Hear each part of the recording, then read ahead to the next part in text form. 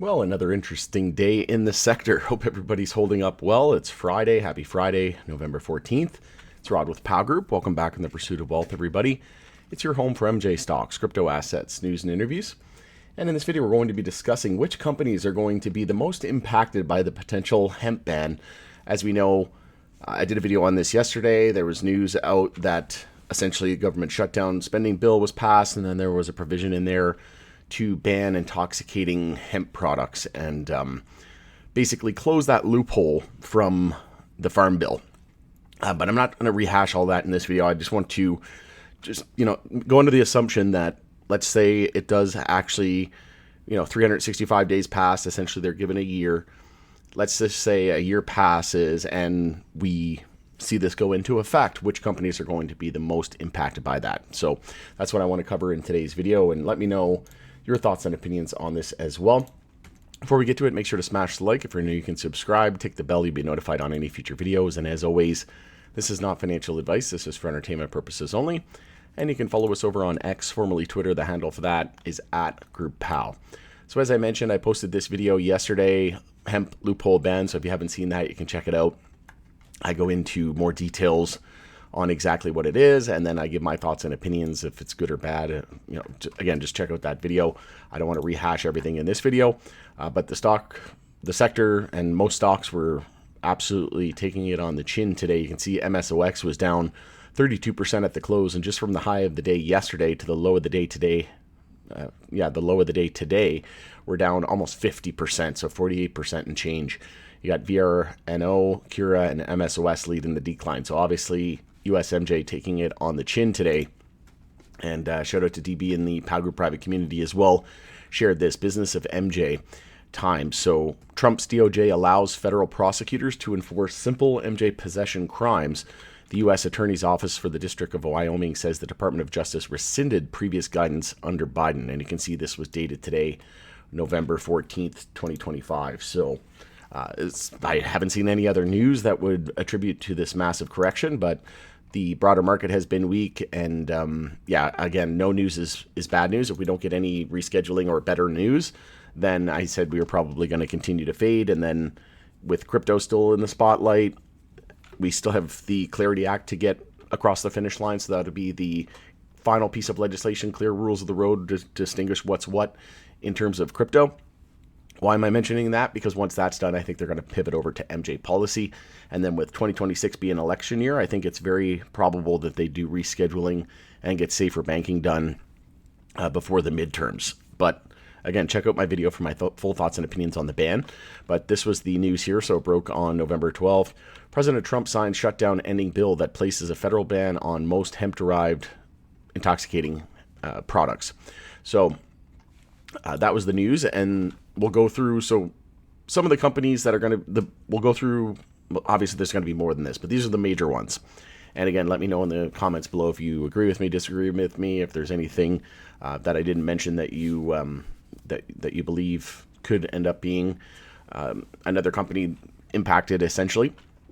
And then let me know which companies you think are going to be most impacted. But we'll go through my list here. So the number one most impacted, I think, is going to be Curaleaf, because they've been opening the hemp company is what they created, but they've been creating, so they have the e-commerce websites. They also have it on like DoorDash, where you can do direct to your door.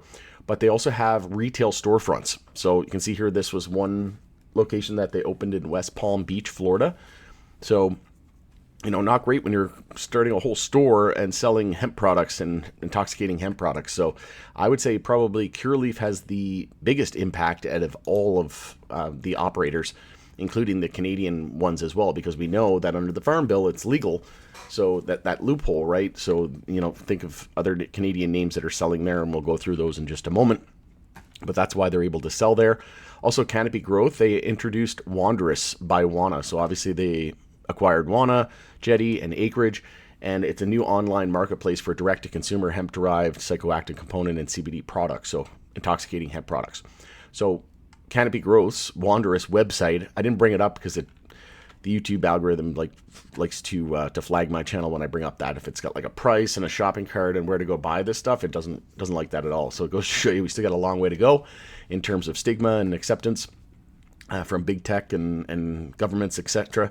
I mean, still some countries, simple possession will get you the death penalty, for crying out loud. Like Seth Rogen said, don't go to Singapore and smoke a joint, they'll effing kill you.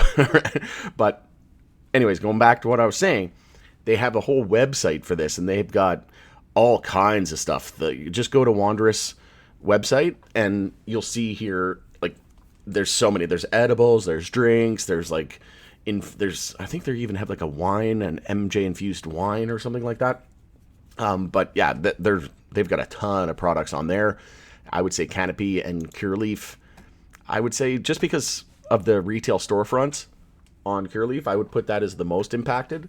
And I'm looking to get interviews. I've already been speaking with the Canopy Growth team, so that would be a question I would ask in an interview, obviously. But still trying to nail down an exact date, and then also trying to reach out to the Curaleaf team, and obviously that would be a question that I would ask them as well. But another one is, so Agrify, they sell their cultivation business, focus on psychoactive component beverages and the Sing and Rita brand. And we know that Ben Kovler and Green Thumb, he's Agrify's chairman and interim CEO rather, and the CEO of Green Thumb. So they would be the next in line to be impacted, in my opinion. And then Trulieve as well. They have the new Onward and Upward drinks. And then Organigram, they scale into the U.S. with their presence with Collective Project. So they acquired that from Collective Arts, which is a beer maker. And then they had another brand called Collective Project, which was their MJ infused beverages, and Organigram bought that. So they were going to do direct-to-consumer launch in 25 states and expansion of hemp derived psychoactive component beverage portfolio, so intoxicating hemp. And HC9. MariMed also set to launch hemp-derived psychoactive component products and intoxicating products, introducing its top-selling brands to new markets and consumers. That was just on November 3rd, so I don't know. Are they going to walk this back? And then Tilray obviously has this Fizzy Jane's, it's 420 Fizz, it's Herb and Bloom, and it's Happy Flower. So with Tilray, they just came out yesterday, actually, and they said Tilray Brands confirms no material revenue impact for the federal hemp-derived psychoactive component ban. While we are disappointed that the federal budget includes a ban on hemp-derived psychoactive component products, Tilray Brands affirms this measure does not have a material impact on the company's revenue or financial outlook. So a lot of people have been criticizing Tilray. Why aren't you doing Organigram, 25 states, etc.? And you recall in my interview with Erwin Simon, CEO of Tilray, I interviewed him a couple times. He said, hey, you know what? We're not looking to play the guessing game here. We're not looking to go full tilt until we know what the clear rules of the road and what the laws are, right? And it seems like Tilray, once again, always has the biggest vision, is always on the right side of it. And, just learning what they learned, and with Canada, and then when in the early days, everybody thought the U.S. was going to legalize a couple years after Canada, and here we are 7 years later. The U.S. can't even figure out which schedule it should be on, right? Let alone safer banking, uplifting the NYSE and the NASDAQ, and full-blown legalization, right? It's an absolute clusterfuck, to pardon my French, down in the U.S. Like, these policymakers don't have a clue what their ass crack is from their gooch. Like, they're just all asleep at the wheel. But it's not that they're asleep at the wheel. They're being lobbied by the big pharma, big alcohol, big tobacco. They can't be that dumb, right? So, in my opinion, it's all just to slow the industry down so that the incumbents can catch up, and that's the big pharma, alcohol, and tobacco. And it's not because of stupidity, right? They're not dumb. They know that this is medicine of the future.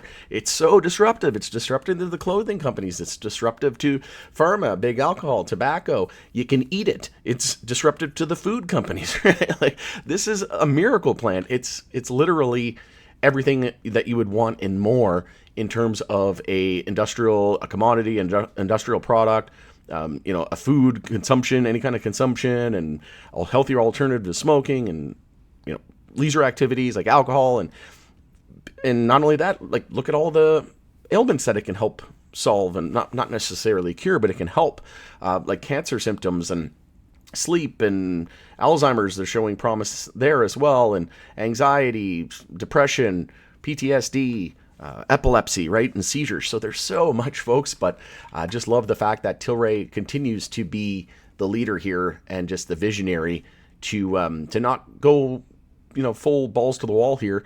And this might actually end up being a good thing. But like I said, check out this video here that I did, my full thoughts and opinions on it. It could actually be a good thing that they're closing this loophole because all this piecemeal patchwork legislation and regulations, it's all BS, right? Like, we need clear rules. Regulate MJ and hemp all the same, just like Canada. We're 7 years legal here. Not that difficult to figure out. We legalized it the same. It's like crypto. The U.S. finally just getting their crypto act together.